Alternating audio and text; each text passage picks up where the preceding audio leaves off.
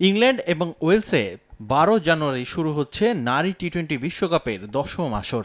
আর এই টুর্নামেন্ট সামনে রেখে বিশ্বকাপের সূচি ঘোষণা করেছে আইসিসি। মোট ১২টি দল খেলবে ২টি গ্রুপে ভাগ হয়ে। এই টুর্নামেন্ট দিয়ে প্রথমবারের মতো ইংল্যান্ডের মাটিতে খেলবে নিগার সুলতানার দল।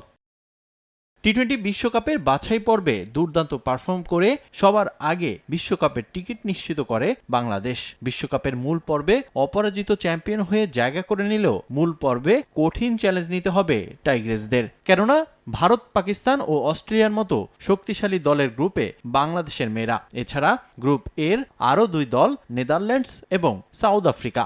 এদিকে গ্রুপ বিতে রয়েছে England, New Zealand, Sri Lanka, West Indies, Scotland এবং আয়ারল্যান্ড।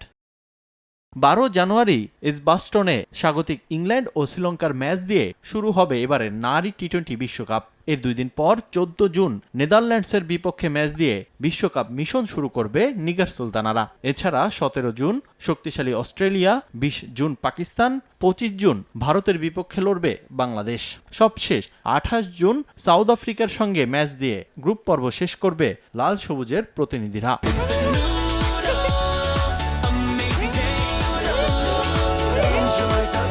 দুই গ্রুপের চ্যাম্পিয়ন আর রানার্স আপ দল খেলবে সেমিফাইনাল। এবারের আসর নিয়ে আশাবাদী ক্রিকেটের সর্বোচ্চ নিয়ন্ত্রক সংস্থা।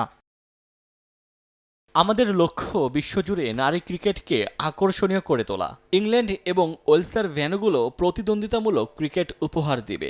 আমরা আশা করছি ২০২৬ আইসিসি নারী টি-20 বিশ্বকাপ খুব দ্রুত সব জায়গায় ছড়িয়ে যাবে।